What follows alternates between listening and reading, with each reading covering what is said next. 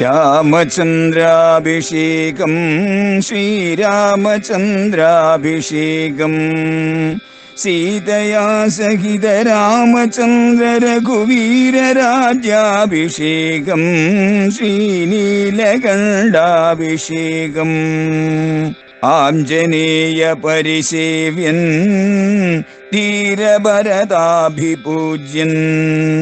വീരലക്ഷ്മണ കുമാര ശത്രുഘ്ന സോദരാർച്ചിത പദാബ്ജൻ ശ്രീനീലകണ്ഠ ഹൃദയേശൻ രാമചന്ദ്രാഭിഷേകം ശ്രീരാമചന്ദ്രാഭിഷേകം. അതാണ് രാമനെ ആർക്കും അറിയാനാവില്ല. ദേവേന്ദ്രനുമല്ല, വന്യയുമല്ലവൻ, വൈവസ്തുതനും നിരതിയുമല്ലകൾ, പാശിയുമല്ല, ജഗൽപ്രാണനുമല്ല. ഇതൊന്നുമല്ല, ഈ അഷ്ടദിക്പാലകന്മാരാരുമല്ല. അതേപോലെ തന്നെ ആദിത്യ രുദ്ര വസുക്കളുമല്ലവൻ. ആദിത്യനുമല്ല, രുദ്രനുമല്ല, വസുക്കളുമല്ല, അഷ്ടവസുക്കളുമല്ല. ദേവന്മാരെയൊക്കെ നിങ്ങൾ ജയിച്ചിട്ടുണ്ടല്ലോ, അസുരന്മാരെയൊക്കെ നിങ്ങൾ ജയിച്ചിട്ടുണ്ടല്ലോ.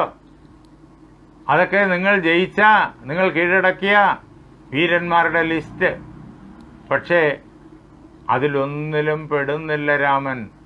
രാമൻ ഇവരുടെ എല്ലാവരുടെയും, നമ്മൾ ഉൾപ്പെടെ, അല്ലയോ രാവണ അങ്ങുൾപ്പെടെ എല്ലാറ്റിൻ്റെയും ആദ്യ കാരണമായി നിൽക്കുന്ന പരമതത്വമാണ് രാമൻ.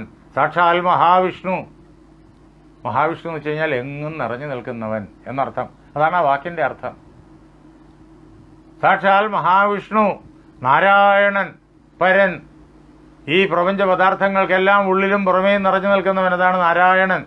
അനേകം അർത്ഥം ആ വാക്കിനുണ്ട്. പരൻ, ഇതിനെല്ലാം അതീതനായി നിൽക്കുന്നവൻ. മോക്ഷതൻ, ആർക്കും ജനിമൃതി പരമ്പരയിൽ നിന്നിട്ട് മോക്ഷത്തെ നൽകുവാൻ ശേഷിയുള്ളവൻ. സൃഷ്ടി സ്ഥിതിലയകാരണൻ, പ്രപഞ്ച സൃഷ്ടിക്കും പ്രപഞ്ചത്തിന്റെ നിലനിൽപ്പിനും പ്രപഞ്ചത്തിന്റെ ലയത്തിനും ഏകകാരണമായി സ്ഥിതി ചെയ്യുന്നവനാണ് ഈ രാമൻ. രാമൻ എന്തൊക്കെ ചെയ്തിട്ടുണ്ടെന്ന് നിങ്ങൾക്കറിയോ? മുന്നം ഹിരണ്യാക്ഷനെ കൊല ചെയ്തവൻ. പണ്ട് ഹിരണ്യാക്ഷൻ എന്നു പേരായ അസുരൻ തപസ്സുകൊണ്ട് വലിയ വലിയ ബലങ്ങളെല്ലാം നേടി, വരബലങ്ങൾ. അതിന്റെ ബലത്തിൽ ലോകത്തെ മുഴുവൻ ഹിംസിച്ചു, ഉപദ്രവിച്ചു.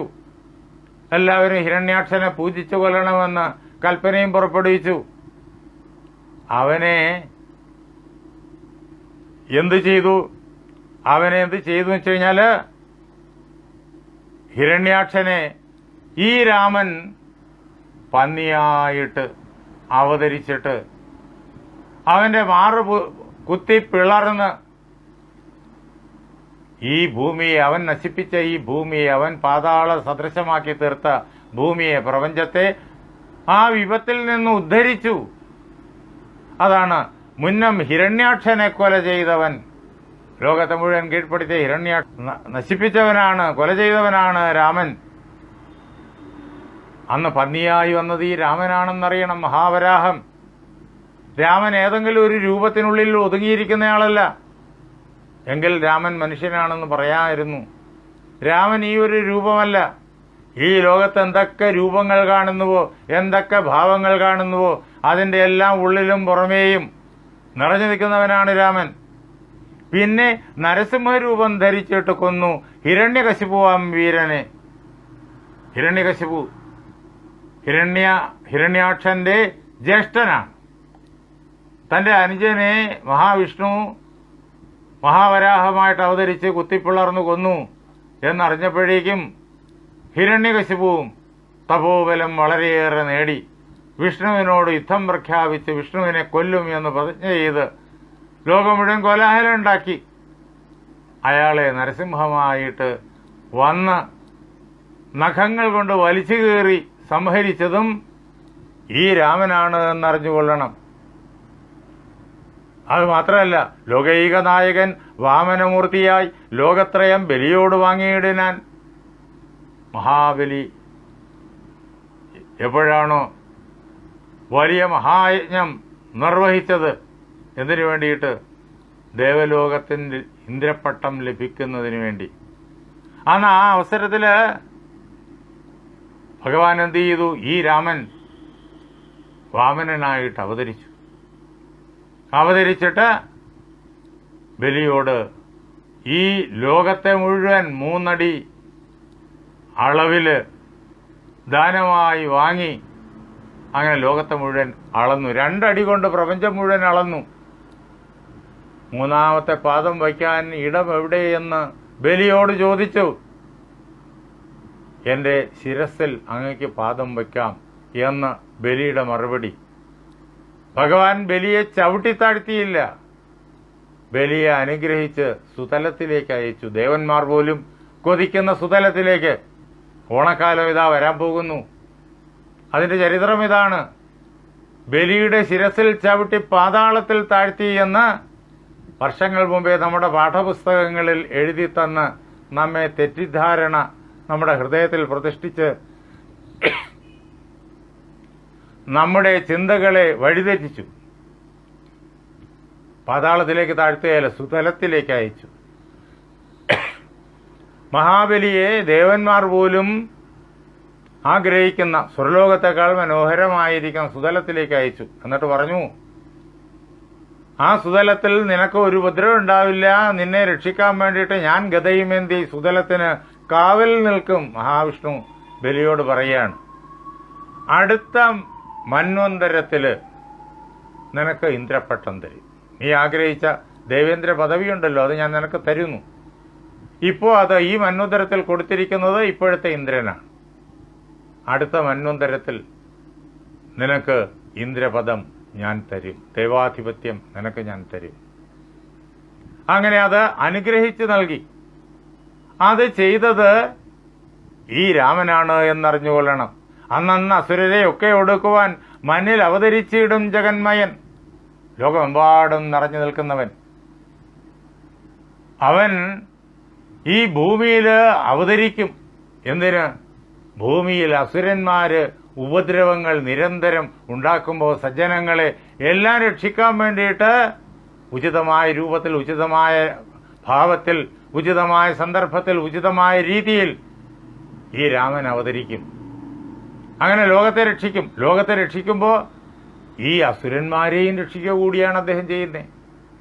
അസുരന്മാർ അതിക്രമങ്ങൾ കാണിച്ച് സ്വയം നശിക്കുക. അങ്ങനെ അവർ നശിച്ചു പോകാതിരിക്കാൻ വേണ്ടിയിട്ട് അവരുടെ ആ അതിക്രമങ്ങൾക്ക് പൂർണ്ണമായ വിരാമമിട്ട് അവർക്ക് ധർമ്മത്തിന്റെ വഴി കാണിച്ചു കൊടുത്ത് ധർമ്മപന്ഥാവിലൂടെ അവരെ ഉയർത്തി അവരെയും അനശ്വരമായ ബ്രഹ്മാത്മ സാക്ഷാത്കാരത്തിന്റെ പരിപൂർണമായ സുരക്ഷയിൽ എത്തിക്കുന്നു. അതാണ് ഭഗവാന്റെ അവതാര ലക്ഷ്യം. ലോകത്തിൽ എല്ലാവർക്കും അസുരനെന്നോ ദേവനെന്നോ മാനവനെന്നോ മൃഗങ്ങളെന്നോ പക്ഷിയെന്നോ പുല്ലെന്നോ പുഴുവെന്നോ ജീവനില്ലാത്ത വസ്തുക്കളെന്നോ ഉള്ള ഭേദമില്ലാതെ എല്ലാവർക്കും സച്ചിദാനന്ദം അനുഗ്രഹിച്ചരുളാൻ വേണ്ടിയിട്ടാണ് ഭഗവാൻ കാലാകാലങ്ങളിൽ ഇങ്ങനെ ഈ ഭൂമിയിൽ അവതരിക്കുന്നത്. അല്ലയോ രാവണ, ഇന്ന് ദശരഥപുത്രനായി വന്നിതു നിന്നെ ഒടുക്കുവാനെന്നറിഞ്ഞിടും നീ. ആ രാമൻ തന്നെയാണ് പണ്ട് മഹാവരാഹമായും നരസിംഹമായും വാമനനായും ഒക്കെ അവതരിച്ച, പരശുരാമനായും ഒക്കെ അവതരിച്ച ആ രാമൻ തന്നെയാണ് ഇപ്പോഴിതാ ദശരഥപുത്രനായിട്ട് വന്നു ചേർന്നിരിക്കുന്നത്. എന്തിന്? നിന്റെ അതിക്രമം കൊണ്ട് ലോകത്തിന് മുഴുവൻ വളരെയേറെ ക്ലേശം വന്നിരിക്കുന്നു. അങ്ങനെ ഈ അതിക്രമങ്ങളെല്ലാം ഇല്ലാതാക്കാൻ വേണ്ടിയിട്ട്, നിന്നെ സംഹരിക്കാൻ വേണ്ടിയിട്ട്. അതുകൊണ്ട് അല്ലയോ രാവണ, ഈ രാമൻ ആരാണ് എന്നുള്ളത് നീ ശരിക്കും മനസ്സിലാക്കണം. രാമനെ നീ തെറ്റിദ്ധരിച്ചു വച്ചിരിക്കുന്നു. അങ്ങനെ രാമൻ വന്നിരിക്കുന്നത് തന്നെ കൊല്ലാനാണെങ്കിൽ നീ എന്തിനിതൊക്കെ എന്നെ ഉപദേശിക്കുന്നു എന്ന് ഒരുപക്ഷെ രാവണൻ ചോദിച്ചേക്കാം. അതിന് മറുപടി തുടർന്ന് ഇങ്ങനൊരു ചോദ്യം അങ്ങ് ചോദിക്കാൻ ഇടയുണ്ട്, അതുകൊണ്ട് തന്നെ ഞാൻ അതിനുള്ള മറുപടിയും കൂടി തന്നേക്കാം. നീ ഇത്രയൊക്കെ അതിക്രമങ്ങൾ രാമനോട് കാണിച്ചിട്ടുണ്ട് എങ്കിലും ഇനിയും നിനക്ക് രക്ഷപ്പെടാൻ മാർഗമുണ്ട്. സേവിപ്പവർക്ക് അഭയത്തെ കൊടുപ്പോ ഒരു ദേവൻ അവൻ കരുണാകരൻ കേവലൻ. അവൻ കരുണാമൂർത്തിയാണ്.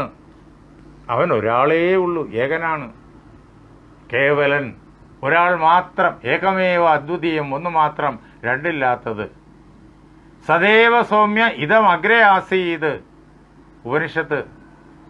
അല്ലയോ കുഞ്ഞേ, ഗുരുനാഥൻ ശിഷ്യന് കൊടുക്കുന്ന ഉപദേശമാണ്. അല്ലയോ കുഞ്ഞേ, ഈ ലോകം ഉണ്ടാകുന്നതിന് മുമ്പ് സത്ത് മാത്രമേ ഉണ്ടായിരുന്നുള്ളൂ. അതായത് ആ പരമാത്മാവ് മാത്രമേ ഉണ്ടായിരുന്നുള്ളൂ. അങ്ങനെ കേവലനാണ് അദ്ദേഹം. അദ്ദേഹം കരുണാമയനാണ്. ആരാണോ അദ്ദേഹത്തെ സേവിക്കുന്നത്, ആരാണോ അധർമ്മത്തിന്റെ പന്ഥാവ് വിട്ടിട്ട് ധർമ്മത്തിന്റെ പന്ഥാവിനെ ആശ്രയിക്കുന്നത്, അവർക്ക് ആശ്രയം അരുളുന്നവനാണ് രാമൻ എന്നറിഞ്ഞുകൊള്ളുക. ഭുക്തിയും മുക്തിയും നൽകും ജനാർദ്ദനൻ. അതാണ് രാമൻ. ഭുക്തിയും നൽകും, മുക്തിയും നൽകും. ഭുക്തി എന്ന് പറഞ്ഞാൽ ലൗകികമായ സകല സുഖങ്ങൾ, അത് നൽകും രാമൻ. സുഖങ്ങൾ ആഗ്രഹിച്ചുകൊണ്ട് രാമനെ ആശ്രയിച്ചു കഴിഞ്ഞാൽ ലൗകികമായ സമ്പത്തും സ്ഥാനമാനങ്ങളും എല്ലാം അദ്ദേഹം നൽകും. പിന്നെ ഇതൊക്കെ നശ്വരമാണ് എന്നറിഞ്ഞിട്ട് ഇതിനപ്പുറത്തുള്ള മോക്ഷമാണ് എനിക്ക് വേണ്ടത് എന്ന് പറഞ്ഞ് രാമനെ ആശ്രയിച്ചാലോ അതും നൽകും, മുക്തിയും നൽകും അദ്ദേഹം. അങ്ങനെ ആര് സേവിച്ചാലും അത് ആരെന്നൊന്നും നോട്ടമൊന്നുമില്ല. അവർക്ക് അഭയം കൊടുത്ത്, അവർക്ക് വേണ്ടുന്നതെല്ലാം കൊടുത്ത്, അവർക്ക് ഭുക്തിമുക്തികളെല്ലാം നൽകി അനുഗ്രഹിക്കുന്നവനാണ് രാമൻ എന്നറിഞ്ഞുകൊള്ളു. അതുകൊണ്ട് നിനക്കിനിയും അവസരമുണ്ട്. അവസരം നഷ്ടപ്പെട്ടു പോയിട്ടില്ല. അതുകൊണ്ട് നീ ഒരു കാര്യം ചെയ്യുക. മൈഥിലീ ദേവിയെ കൊണ്ടക്കൊടുത്ത് തത് പാദാംബുജത്തിൽ നമസ്കരിച്ചിടുക. സീതാദേവിയെ രാമന്റെ മുന്നിൽ കൊണ്ടുപോയി സമർപ്പിക്കുക. എന്നിട്ട് രാമ, ഞാൻ നിന്നെ ശരണം പ്രാപിക്കുന്നു എന്ന് പറഞ്ഞുകൊണ്ട് ആ പാദമാകുന്ന താമരപ്പൂവിൽ നീ നമസ്കരിക്കുക. കൈതൊഴുതാശു രക്ഷിക്കെന്ന് ചൊല്ലിയാൽ ചെയ്ത അപരാധങ്ങളെല്ലാം ക്ഷമിച്ച് അവൻ തൻ പദം നൽകിയിടും ഏവനും. നമ്മുടെ തമ്പുരാനോളം കൃപയില്ല മറ്റാർക്കും. നമ്മുടെ തമ്പുരാനെപ്പോലെ, രാമനെപ്പോലെ, നമ്മുടെ തമ്പുരാനാണ് അദ്ദേഹം, ശത്രുവല്ല. അദ്ദേഹത്തെ പോലെ കൃപയുള്ളയാള് ഈ ലോകത്തിൽ വേറെ ആരുമില്ല. അദ്ദേഹത്തെ കൈതൊഴുതിട്ട് എന്നെ രക്ഷിക്കുക എന്ന് അദ്ദേഹത്തോട് പ്രാർത്ഥിച്ചു കഴിഞ്ഞാൽ നാം എന്തെന്തൊക്കെ അപരാധങ്ങളാണോ ചെയ്തിട്ടുള്ളത് അതെല്ലാം ക്ഷമിച്ച് അദ്ദേഹം നമ്മെ അനുഗ്രഹിക്കും. എന്തിന്? അദ്ദേഹത്തിന്റെ പദം വൈകുണ്ഠലോകം വരെ നമുക്ക് തരും, നമ്മെ വൈകുണ്ഠവാസിയാക്കി തീർക്കും. അതാണ് അദ്ദേഹത്തിന്റെ കാരുണ്യം. ഈ രാമന്റെ ചരിത്രം നോക്കിയാൽ തന്നെ നിനക്ക് മനസ്സിലാവില്ലേ രാമൻ മനുഷ്യനല്ല എന്ന്? കാടകംബുക്ക നേരത്ത് അതിബാലകൻ താടകയെ കൊല ചെയ്താൻ ഒരമ്പിനാൽ. ലോകത്തിൽ ആർക്കെങ്കിലും കഴിയോ? ഒറ്റ അമ്പ് കൊണ്ട് താടകയുടെ കഥ കഴിച്ചു. ബാലകനാണ്, 16 വയസ്സ് തികഞ്ഞിട്ടില്ല. ആ ബാലൻ ഈ ലോകത്തിലെ എല്ലാവരെയും ഭയപ്പെടുത്തിയ താടകയെ സംഹരിച്ചു. അത് തന്നെ വിളിച്ചോതുന്നു ഒരു സാധാരണ മനുഷ്യ ബാലകനല്ല രാമൻ എന്ന്. എന്നിട്ടോ യാഗരക്ഷ ചെയ്തില്ലേ? വിശ്വാമിത്രന്റെ യാഗം മുടിക്കാനായിട്ട് മാരീചനും സുബാഹുവും വളരെയേറെ രാക്ഷസവീരന്മാരോടൊപ്പം അങ്ങോട്ട് കടന്നു ചെന്ന് അതിക്രമങ്ങൾ പ്രവർത്തിച്ചപ്പോ 2 ബാലകന്മാർ മാത്രമാണ് ഇവരോട് യുദ്ധം ചെയ്തത്. 2 ബാലകന്മാരുടെ പരാക്രമം, അതിലും രാമന്റെ പരാക്രമം. സുബാഹുവും മുഴുവൻ രാക്ഷസപ്പടയും ശലഭങ്ങൾ പോലെ നശിച്ചുപോയി. മാരീചൻ ആ കാലിൽ വീണ് അഭയം യാചിച്ചു. അതുകൊണ്ട് മാത്രം രക്ഷപ്പെട്ടു. പക്ഷെ നീ വീണ്ടും പൊന്മാനായിട്ട് രാമന്റെ മുന്നിലേക്ക് മാരീചനെ തള്ളിവിട്ട് അവനെ കൊല്ലിച്ചു. ഇതിൽ നിന്നിട്ട് തന്നെ നിനക്ക് മനസ്സിലാക്കാമല്ലോ രാമൻ മനുഷ്യനല്ല എന്ന്. ഇനിയോ നീ വേറൊന്നുകൂടി ചിന്തിച്ചുകൊള്ളുക. തൃക്കാലടി വച്ച് കല്ലാമഹല്യയ്ക്ക് ദുഷ്കൃതമെല്ലാം ഒടുക്കിയതോർക്ക നീ. അദ്ദേഹത്തിന്റെ പാദം കൊണ്ട് തൊട്ടതേയുള്ളൂ. 1000 ആണ്ടുകളായി കല്ലായി ഇരുന്ന അഹല്യയുടെ സർവ പാപങ്ങളും തീർന്ന് ആ കല്ലിൽ നിന്ന് അഹല്യ ദേവരൂപിണിയായി പുറത്തേക്ക് വന്നു.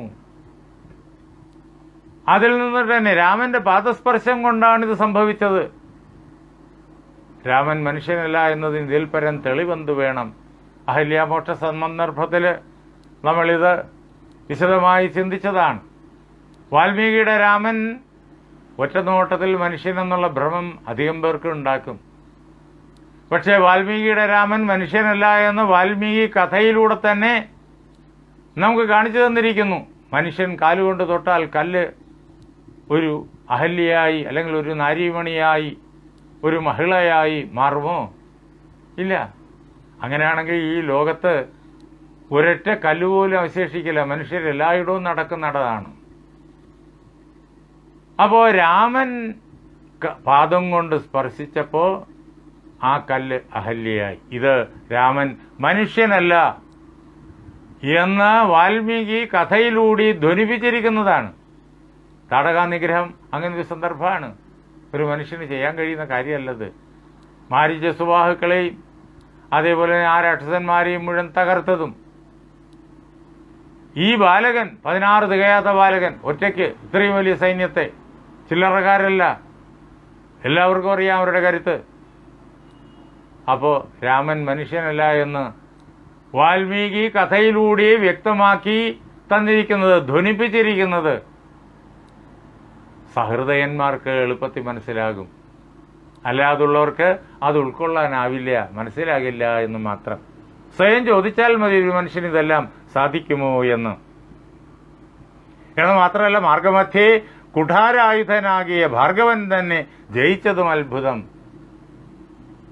കുഠാരായുധൻ, പരശു ആയുധമായി ധരിക്കുന്നവൻ, സാക്ഷാൽ മഹാദേവൻ തന്റെ പരശുവിൽ നിന്നിട്ട് ഒരു കഷണം പൊട്ടിച്ച് തന്റെ ശിഷ്യനായിരിക്കുന്ന പരശുരാമന് കൊടുത്തതാണ്. അതുതൊട്ടാണ് ഭാർഗവന് പരശുരാമൻ എന്നുള്ള പേര് വരുന്നത്. നേരത്തെ രാമൻ എന്ന് മാത്രമായിരുന്നു പേര്. ഭൃഗുവിന്റെ വംശത്തിൽ പിറന്നുകൊണ്ട് ഭാർഗവൻ എന്നും, പരശു എന്നുള്ള വിശേഷണം ചേർത്തുള്ള പരശുരാമൻ എന്ന പേര് വരുന്നത് ഭഗവാൻ തന്റെ പരശുവിൽ നിന്നിട്ട് ഒരു കഷണം മുറിച്ചു കൊടുത്തതുകൊണ്ടാണ്. ആ കുഠാരായുധനായിരിക്കുന്ന ഭാർഗവനെ പോലും ലോകം കണ്ട ഏറ്റവും വലിയ യോദ്ധാവ്, നിഷ്പ്രയാസമായിട്ടാണ് ഈ രാമൻ ബാലകൻ ജയിച്ചത്. അതിൽ നിന്നിട്ട് തന്നെ അങ്ങക്ക് മനസ്സിലാക്കേണ്ടതല്ലേ രാമൻ മനുഷ്യനല്ല എന്ന്. പിന്നെ വിരാധനെ കൊന്നുകളഞ്ഞതും അത് നമ്മൾ ചിന്തിക്കണ്ടേ. വിരാധൻ ആരാണ്? വിരാധന്റെ കരുത്തെന്താണെന്ന് അങ്ങക്ക് അറിയുമല്ലോ. ഖരദൂഷണ ത്രശിരാക്കളെ കൊന്നതും ബാലിയെ കൊന്നതും. ബാലിയുടെ വില അങ്ങക്ക് നന്നായി അറിയാലോ.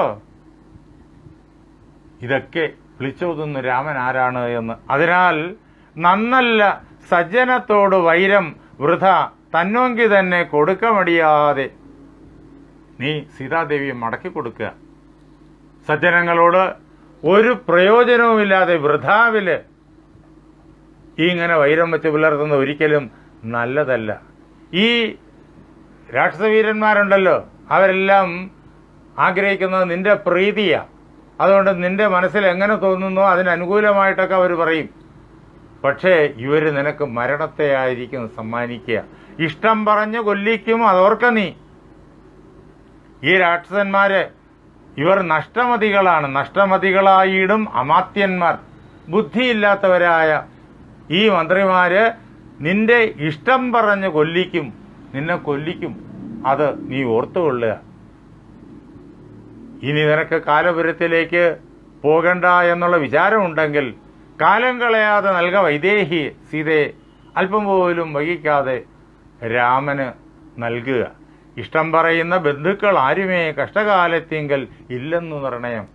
കഷ്ടകാലം വരുമ്പോഴേക്കും ഈ ഇഷ്ടം പറയുന്ന ബന്ധുക്കൾ ആരും കൂടെ ഉണ്ടാവില്ല, നീ മാത്രമേ ഉണ്ടാവുള്ളൂ.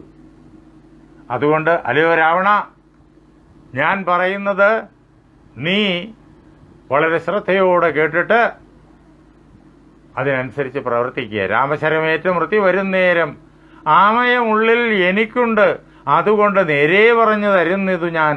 ഇനി താരാർമകളെ കൊടുക്ക വൈകിയിടാതെ എന്ന്. നീ രാമന്റെ അമ്പേറ്റ് മരിച്ചു വീഴുന്ന കണ്ടുകൊണ്ട് നിൽക്കാനുള്ള മനസ്സെനിക്കില്ല, എനിക്കത് സഹിക്കില്ല. അതുകൊണ്ട് നിന്റെ ഇഷ്ടവും അനിഷ്ടവും ഒന്നും നോക്കാതെ, ഈ ഇരിക്കുന്നവരുടെ ഇഷ്ടവും അനിഷ്ടവും കൂടി ചിന്തിക്കാതെ, യഥാർത്ഥത്തിൽ നിനക്ക് ശ്രേയസ്സുണ്ടാകുന്ന കാര്യം ഞാനിതാ പറയുന്നു. ദേവിയെ രാമപാദങ്ങളിൽ സമർപ്പിച്ച് രാമനെ ആശ്രയിക്കുക. ഇങ്ങനെ വേദാന്തസാരവും പൗരാണിക കഥകളുടെ സാരവും പ്രപഞ്ചത്തിൻ്റെ തത്വസാരവും എല്ലാം ഉൾക്കൊണ്ടുകൊണ്ടുള്ള വിഭീഷണ ഭാഷിതം. അത് വളരെ വിപുലമാണ്, അതിഗഹനമാണ്. എക്കാലത്തെയും എല്ലാ മനുഷ്യർക്കും നൽകപ്പെട്ടിരിക്കുന്നതായ ഉപദേശമാണിത്. എന്നും ഇത് ഒരേപോലെ പ്രസക്തമാണ്. കാലത്തിൻ്റെ വ്യത്യാസമില്ല, ദേശത്തിൻ്റെ വ്യത്യാസമില്ല, എന്നും ഒരുപോലെ പ്രസക്തമാണ്. ഈ ചിന്ത നമ്മുടെ ആളുകളുടെ ഹൃദയത്തിലുണ്ടായിരുന്നെങ്കിൽ ഒന്നാം ലോക മഹായുദ്ധം ഉണ്ടാവില്ല, രണ്ടാം ലോക മഹായുദ്ധം ഉണ്ടാവില്ല, അതിലെ ദുരിതങ്ങളുണ്ടാവില്ല. അത് കഴിഞ്ഞും യുദ്ധങ്ങളുടെ കോലാഹലമല്ലേ. ഈ യുദ്ധങ്ങളൊന്നും ഉണ്ടാവില്ല, അതിൻ്റെതായ വിനാശങ്ങളുണ്ടാവില്ല. ഈ ലോകം മുഴുവൻ സ്വർഗമായി വിളങ്ങിയേന്. വിഭീഷണന്റെ ഈ ഉപദേശം മാത്രം എല്ലാവരും, വിശേഷിച്ചും ഭരണാധിപന്മാർ ചെവിക്കൊണ്ടാൽ, ഉൾക്കൊണ്ടാൽ മതിയായിരുന്നു. അങ്ങനെ ലോകത്തിന് എന്നും ശാന്തിയെ പകരുന്ന ഈ ഉപദേശം, അത് എന്നും പ്രസക്തം, കാലദേശ ഭേദങ്ങളില്ലാതെ. നമുക്കതിൻ്റെ തുടർന്നുള്ളതായ പ്രതികരണങ്ങൾ, ഭാഗങ്ങൾ നാളെ രാത്രി 8:30 ഇതേപോലെ ഒരുമിച്ച് കൂടിയിട്ട് ചിന്തിക്കാം. അതിന് ശ്രീരാമചന്ദ്ര മഹാപ്രഭു തന്നെ നമ്മെ അനുഗ്രഹിക്കട്ടെ. എൻ്റെ വാക്കുകളാകുന്ന പൂജാപുഷ്പങ്ങൾ പാർവതീ പരമേശ്വരന്മാരുടെ പാദങ്ങളിൽ, ശ്രീരാമസീത ആഞ്ജനേയന്മാരുടെ പാദങ്ങളിൽ, എൻ്റെ ഗുരുനാഥനായ ജഗദ്ഗുരു സ്വാമി സത്യാനന്ദ സരസ്വതി തൃപ്പാദങ്ങളിൽ, എൻ്റെ പരമഗുരുവായ ബ്രഹ്മശ്രീ നീലകണ്ഠ ഗുരുപാദരുടെ പാദപങ്കജങ്ങളിൽ, ഇത് കേട്ടുകൊണ്ടിരിക്കുന്ന നിങ്ങളുടെ ഓരോരുത്തരുടെയും മഹാഗുരുവിൻ്റെ പാദപത്മങ്ങളിൽ, ആ ധന്യമായ സങ്കല്പം കൊണ്ട് പവിത്രമായിരിക്കുന്ന നിങ്ങളുടെ ഹൃദയങ്ങളിൽ പൂജാപുഷ്പങ്ങളെന്നോണം സമർപ്പിച്ചുകൊള്ളുന്നു. ജയ് സീതാറാം.